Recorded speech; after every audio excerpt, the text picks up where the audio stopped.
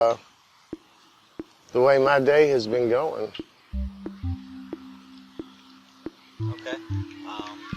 That funny question. What was something that you've been through that's funny, or a story that you've heard that you find funny? Funny. All right. I don't know if there's been one thing that I think is funny about the park is the hill and all this mud. Like yesterday, I sat down there and I told 20 people, it's real muddy. And rather than just walking down here to the park, to the theater, they walk all the way up that hill, and this is just covered in water. It doesn't look like it, and it was hilarious. And watch them fall down the hills and just joking and run, you know. That's what I think is funny. One of the funny things that happen here. What is something that you're surprised still hasn't been fixed yet? This right here. It needs to be running water? Yeah. 9 months. How long have you been hanging out here? I've only been on the streets about 30 days. But before that, I spent 13 months in a place called Senecor. And then before that, I lived here 7 months. Okay. So, March of last year, I came off the street, and then I came back in about beginning of May. So, What was the first time that you were on the street?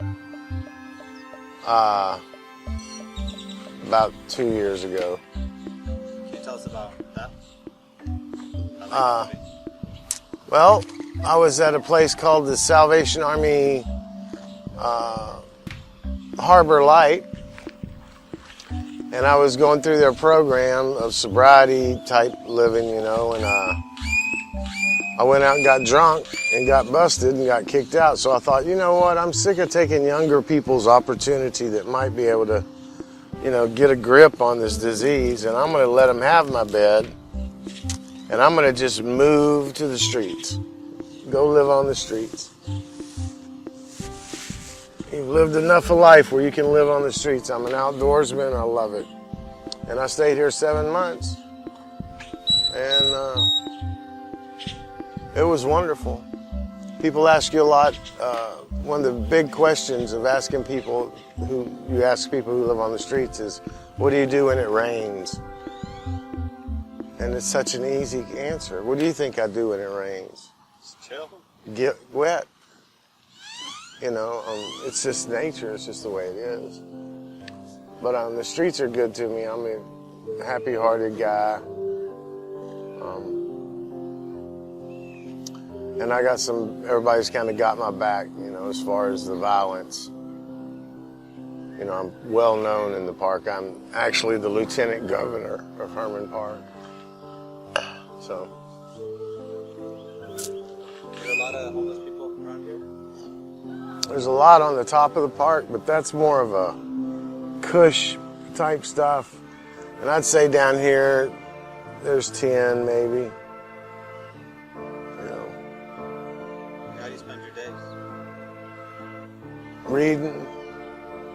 I got a couple places I can go where I can get snipes, which are cigarette butts, you know, that people threw down. And I'll collect those and I'll re-roll them and just see what happens, you know. See what this day's adventure will bring. What's one of the cooler things you've seen while you've been on the streets? Cooler. That's something you want to share. Well, I'll tell you what I'll share about. This is what's weird. I was involved in ministry for 20 years. I'm a horn player. I had a band in the church. And we would go feed the homeless people. There's a little rabbit. Yeah, that's Jack. He's shy. Are there a lot here? There's just one rabbit. There's the squirrels will eat out of your hands. Sorry for interrupting. Yeah. What was I telling? Cool thing. You were talking about the ministry. Oh, yeah. And Oh. the horn player. What's being weird, what was just one of the things I could never get when I was on that side, and I was a registered nurse, and I lived in Pecan Grove, and I drove a BMW, and once a month, we would all gather at the church and make sandwiches and go out and give them to the homeless people.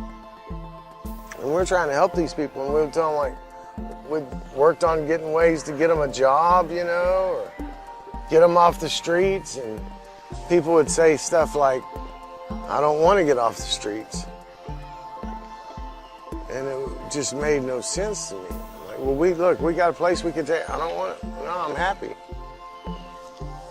Well, then as life went on years, another 10 years later, and now I'm on the streets, it's real clear to me, because the only thing I have to do right here is me. So if I have to visit anything in my mind that has been happened before right now, I got to invite it in. And the only reason I invite it in is if we can talk about it and see what I could have done better, or maybe a happy moment bring something in there. But I just sit here and enjoy the day and look at the squirrels and see who comes by, you know. Do you have any family that's in Houston? No, my family's all, no.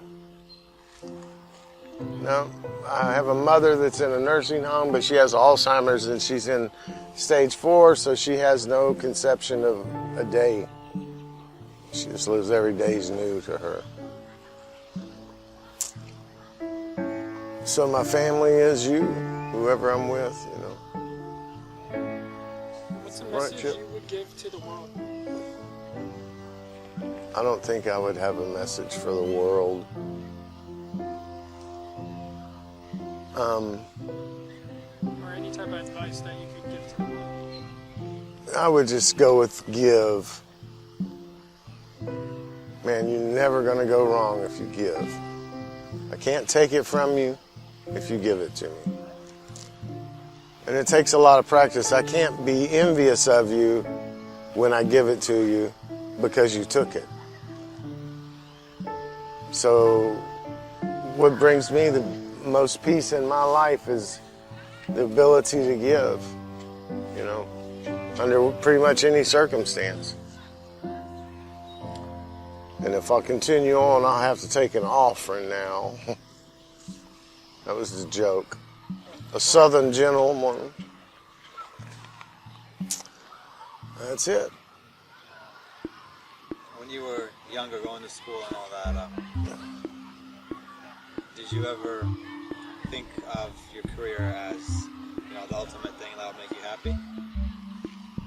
Or why did you choose your career? Yeah, that's what the door just opened up towards it. I was at the time I was a pipe fitter.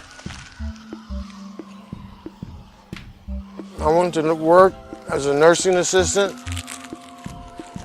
and for the next 8 years, until 98,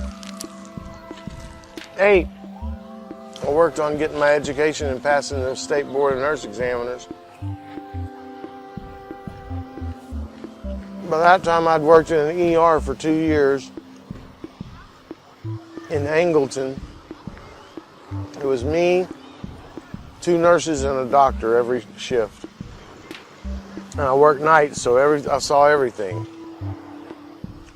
From children being born to the most brutal, terrible things you could imagine. But I was ready when I got out of nursing school, and I excelled quickly. You know, I didn't make a lot of money,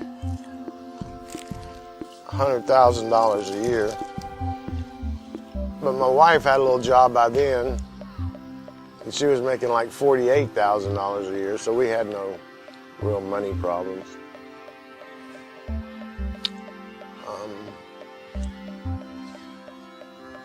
And that's it.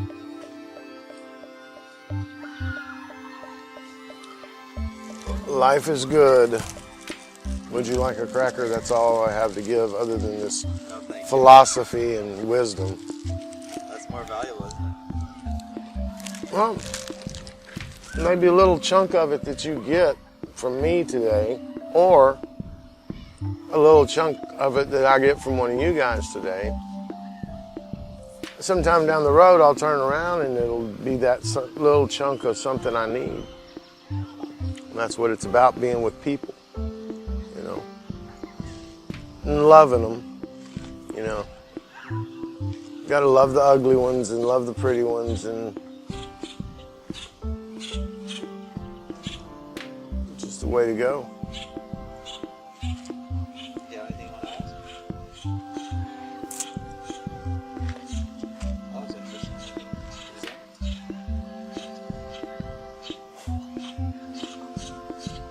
I think I'm gonna thank you for the. Well, you're welcome. I'll be a world-renowned, famous person by the end of the night, huh? Interesting. 5 years ago was my goal. That was my goal, to be a musician.